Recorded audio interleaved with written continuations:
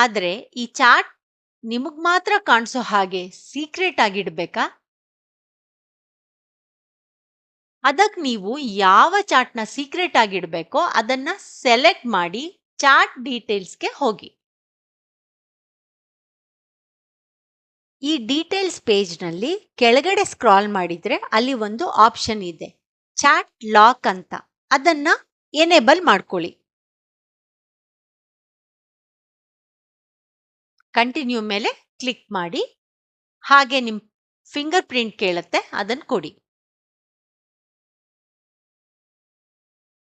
ಈಗ ನಾನು ವಾಟ್ಸಪ್ ಸ್ಕ್ರೀನ್ಗೆ ಬಂದು ನೋಡಿದ್ರೆ ನಾನು ಲಾಕ್ ಮಾಡಿದ ಚಾಟ್ ಇಲ್ಲಿ ಕಾಣಿಸ್ತಾ ಇಲ್ಲ. ಈಗ ಇದೇ ಚಾಟ್ಗೆ ಇನ್ನೊಂದು ಮೆಸೇಜ್ ಬಂದಿದೆ. ನೋಟಿಫಿಕೇಶನ್ ಅಲ್ಲಿ ನೋಡಿದ್ರೆ ಆ ಮೆಸೇಜ್ ಯಾರಿಂದ ಬಂದಿದೆ